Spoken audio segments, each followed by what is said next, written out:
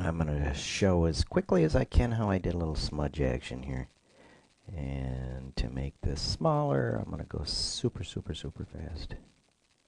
So I would normally do this slower, more accurately, but you know, if it was for a customer in a large print, for Portranet, we don't know any better. It's small. So you can select the subject and then invert it, or I just selected the background instead. And I mentioned where to pull some color. The smudge is just, I mean, that's the smudge, but you can see it's a little boring. There's a couple of tricks you could do here. You could do a dodge, and we're dodging midtones. We can dodge shadows, which will give us more result. I actually like that. That's a nice effect. Okay, so you're dodging in some lights and darks. If you want, even over here, you could run it the other way. And then you take your smudge tool, and then that gives you, oops, now there's the other thing I was talking about in your project folder when I said I actually dragged some of him out to get that lighter color in there. And that's something else you can do. You can just, if you drag this way first, like this will pull out his sleeve, so it'll be too light actually.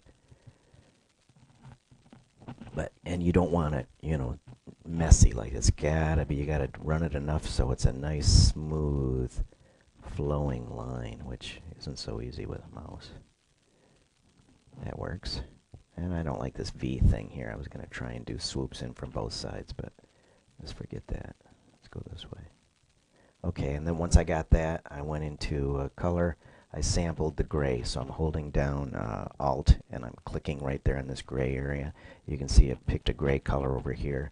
And now when I go into color mode, let's go 100%. That'll erase all that other color and keep it in gray, you see. And maybe you want some of that brown in there. It's not really a problem either. And then you can say, okay, it's too contrasty, so we're going to go back to normal and turn down the opacity, sample the black, and then going way low here, we can just, and all I'm doing is taking that contrast out of it. See how it's all darker now, so it doesn't stick out so much. But it's really a cool little tool. I use it a lot, and you can just keep playing with it if you felt it was too strong. You can work more in, work it out. But again, this was a simple way to do it. Just take that dodge tool and do some swoops here. That's cool just in itself. You could stop right there. Sometimes you can play with some smaller ones here and make it bigger. It gives you, and it makes it look like swoops in the background, like in the fabric. And also, because you've got a lot of wrinkles in there, it just smooths all those out. And you think, boy, I really like this, but there's kind of a heavy darkness right there, so we'll grab the dodge again and just throw a new one in there. New light spot. And when it's all done, if you say, I like it, but I'd like it a little lighter overall, then you just come in with that dodge tool and look how cool that is. Isn't that neat? It's just like fabric. It's like you've got a beautiful background. And I'm so dazzled by it, I'm going to quickly do some other area here. Of course, we're going to crop it out because we ended up cropping this closer, but let's do this. And now you can just take those and let me think, am I going to mess it up? No, but I'll drag the chair into it so it'll go brown, so you just go like that. But I'm just continuing those swoops through. And then again, you can do that. You can pick your color. I went to, it's black over here. And I'm really erasing all the effect now, so let's go into dodge. Just bring that up.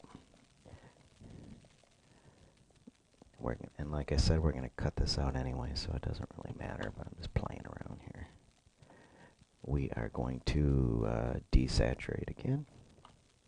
Oh, I got on saturate, desaturate, all the way.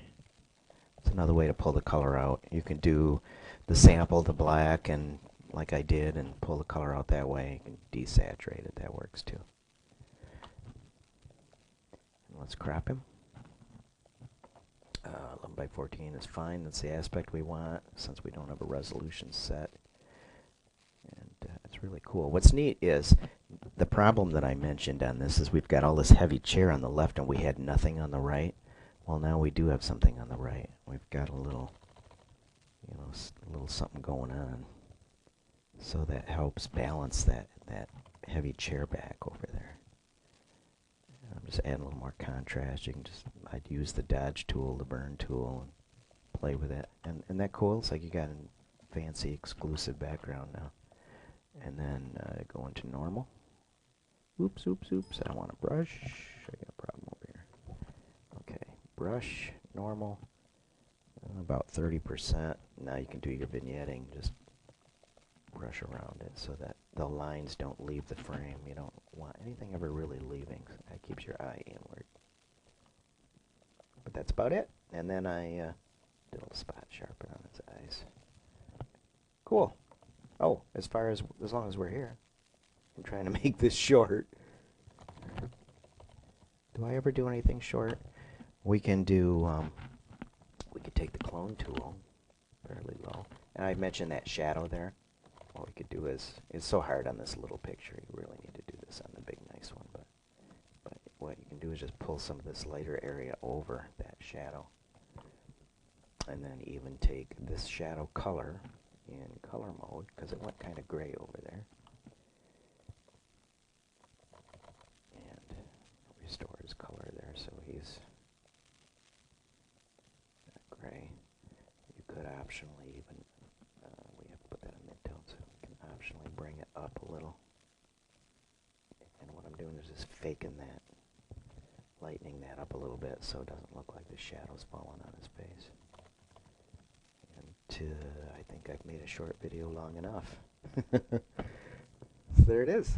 Isn't that cool, the smudge? You can make all kinds of cool backgrounds out of the smudge. Okay, go do it.